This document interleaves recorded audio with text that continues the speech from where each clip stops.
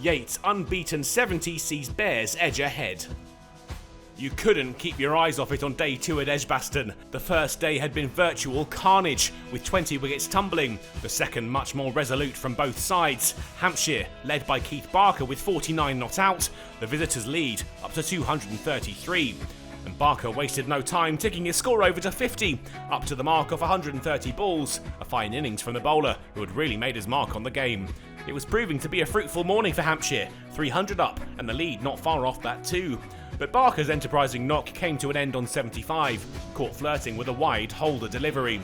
Abbas wouldn't be there for too long, caught by Yates for 6 off the bowling of Briggs. Hampshire all out for 322, Warwickshire set 296 to win. Barker's brilliance with the ball had translated into an authoritative display with the bat, and it had been crucial for Hampshire.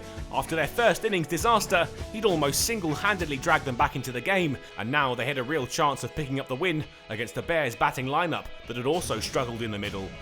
Warwickshire were watchful though on their return. Yates' boundary the final action of the session, 10 on the board at lunch.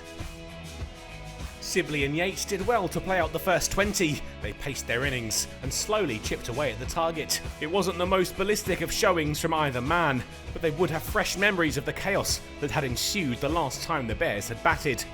A Yates boundary off Abbas took the score to 50, the required runs now below 250. They were more inclined to open up from there. Abbas went limping out of the attack, and the spin of Organ was capitalised on. That took them to 74 at the break, just 222 more needed after a good afternoon session for the hosts. After their patient opening stand, Sibley and Yates went on the offensive after the break, both men quickly into the 40s, and the score now heading towards 100.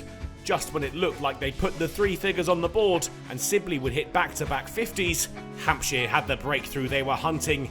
The England opener caught as he aimed a big hoik across the line to Dawson. Yates wouldn't miss out though. He sealed his 50 with a streaky boundary, not that it mattered to him, they all count, and he'd helped tick the required runs to below 200 now. Benjamin though would only add 12 before he holed out to Barker, another for Dawson, who set off on a celebratory tour of the outfield.